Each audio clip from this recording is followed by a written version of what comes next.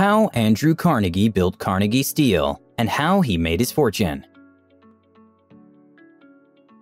He is the true embodiment of the expression "from rags to riches," moving from a job that paid him only $1.25 to eventually becoming one of the richest men of all times.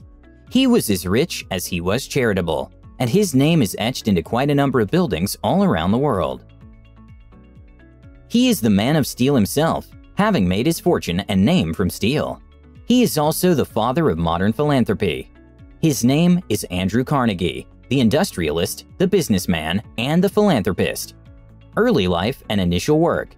Andrew Carnegie was born to William Carnegie and Margaret Morrison Carnegie in Dunfermline, Scotland, in the year 1835. His father was a weaver, and before they moved to the United States, they lived a modest life. His early education included him attending the free school in Dunfermline, a gift from a philanthropist, Adam Rowland. And this man would later inspire the philanthropy works of Carnegie in the future. As a boy, Andrew Carnegie was inspired by great writing works, to which he was introduced by his uncle, George Lauder Sr. At some point, the weaving business was good, following an increase in the demand for damask, which his father specialized in. However, when he was 13, the Carnegies fell into hard economic times. His mother became the family's breadwinner by selling potted meats and helping out her brother, who was a cobbler. When things proved too hard, the Carnegies did what any of us would do. Well, maybe not everyone. They decided to seek the American dream. They moved to Allegheny, Pennsylvania in 1848 in search of a better life and hopefully prosperity. It is in America that Andrew got his first job at Anchor Cotton Mills, whose owner was Scottish. In the mill, his job was changing spools of thread for 12 hours every day, and for it, he earned $1.25 a week, which when factoring in inflation is about $40 in today's money. His father and he both got the same job at around the same time, but after a while, his father quit to go back to the looming business. Because of his impressive work ethic, John Hay, a Scottish manufacturer of bobbins, offered Carnegie a raise to work for him, this time at $2 a week, which is about equivalent to $65 in today's money. A year later in 1849, Andrew Carnegie got employed as a telegraph messenger at the Pittsburgh office of the Ohio Telegraph Company. Essentially, his job entailed him hand-delivering messages that had been transmitted via telegraph to the receivers' homes. This job earned him $2.50 a week, an equivalent of $82 today. Carnegie was very hardworking, and it is therefore no surprise that he was promoted to telegraph operator a year later. He was passionate about educating himself through reading, and by opening up his library to working boys, Colonel James Anderson fostered the education of Andrew. The Colonel's willingness to share his books, even for just one night a week, would inspire some of the greatest philanthropic works of Andrew Carnegie. Pennsylvania Road. In 1853, Andrew took up a job at the Pennsylvania Railroad as a telegraph operator, where he was paid $4 a week, the equivalent of $135 today. There he worked under Thomas Scott, one senior official at the railroad. This job was exciting for Carnegie, as it presented an opportunity for the growth of his career. When working under Thomas Scott, he gained invaluable experience, both in business and in the railroad sector, which would prove helpful later in his life. Again, Carnegie applied himself, working hard as he always did, which is why in 1859 he was promoted as superintendent of the Western Division of the Pennsylvania Railroad. He was only 24 years old. Upon getting the promotion, he employed his 16-year-old brother Tom to be his personal assistant and telephone operator, and his cousin Maria Hogan, who became the first female telegraph operator in the country. Carnegie began making his first investments while working for the railroad, with the help of Thomas Scott, his boss. Most of these investments were successful only because they were done through insider trading and other corrupt practices by Scott and the railroad's president, John Edgar Thomas. In 1855, Scott informed Carnegie of the impending sale of 10 shares by Adam Express. The shares would cost him $500, money he did not have. Carnegie's mother helped him secure the money by taking a $600 mortgage on their house, which was worth $700. This opportunity was available only because of the close relationship between Andrew and Scott. His first dividend check was of $10, and after receiving it, he got hooked on investing. Carnegie was now getting a constant stream of income, both from his work at the railroad and the dividend checks he was receiving from his initial investment. The income from these sources was used to invest in businesses he was familiar with, from telegraph to railroad companies. He understood that the expansion of railroads would mean that passengers would have to travel longer distances, hence the need for sleeping cars. For this reason, he made an investment in Woodruff Sleeping Car Company, a decision that is at the heart of the fortune he later made. The 1860s.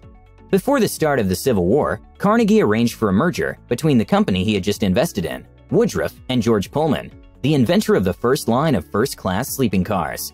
These cars facilitated business travel for distances over 800 kilometers, and as projected, these services were received well by passengers all around. The business made good returns and turned good profits for both Carnegie and Woodruff. Andrew was again promoted in 1862, this time to the superintendent of the military railways and the Union government's telegraph lines in the East.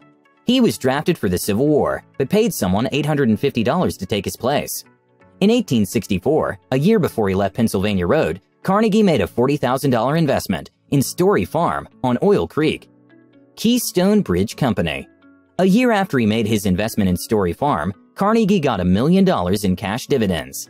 At the time, oil and iron products were selling profitably because of the Civil War, with Pittsburgh being at the center of attention of wartime production. In 1865, he left the railroad in order to concentrate his strengths in other areas, most notably his ironworks trade. Keystone Bridge and Union Iron Works were the companies through which he did his ironworks business. He secured contracts for Keystone through his close associations with Thomas Scott and Edgar Thompson, and even gave each of them a stake in the company. Pennsylvania Railroads was one of his biggest customers. At the time he was working on Keystone, Carnegie wrote a letter to himself.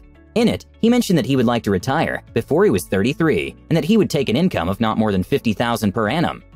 The letter also indicated his interest in helping the poor acquire education through charitable donations. He did not retire at 33 as he had hoped. Instead, he went on to make one of the biggest steel empires of all time. Carnegie Steel Empire. Just like with most businesses at the time, efficiency was an issue, considering that technology was not well developed. Carnegie traveled to Europe in 1872, where he witnessed a new way to produce large quantities of steel in a very efficient way. Upon returning home, he opened a steel mill in 1875, and 8 years later, he bought out his rival, Homestead Steel Works. This company he bought came with an extensive plant, which was run using coal. Carnegie used vertical integration as a business strategy, and he thus owned what he needed to keep his business running. This included the raw materials, ship, and railroads for transporting the goods. He also owned the coal fields that ran his furnaces at the steel company. This method of doing business increased efficiency in his plants, as he used methods that made the manufacture of steel easier on a large production. He became an exceedingly wealthy man, and by the late 80s, he was running the biggest steel producer in the country. By 1889, the volume of steel produced by the US exceeded that produced by the UK, and Andrew owned most of it. In 1892, Carnegie combined his assets and those of his associates to form Carnegie Steel Company. He expanded his company through innovations that improve efficiency in the process, and by the middle of the last decade of the 19th century, he was running the largest manufacturing company in the world. In 1892, the company tried to lower the wages of the workers working for them.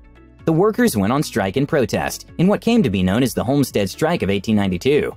However, the strike turned violent after Carnegie's managers called in guards to break up the union and resulted in the death of 10 people.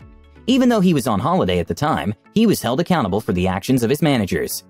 In 1901, Carnegie retired, over 3 decades after he had planned to, as indicated in the letter he wrote to himself. Carnegie Steel Company was sold to United States Steel Corporation for a record $303 million, out of which Andrew's share was about $200 million. He then devoted the remainder of his days to philanthropy.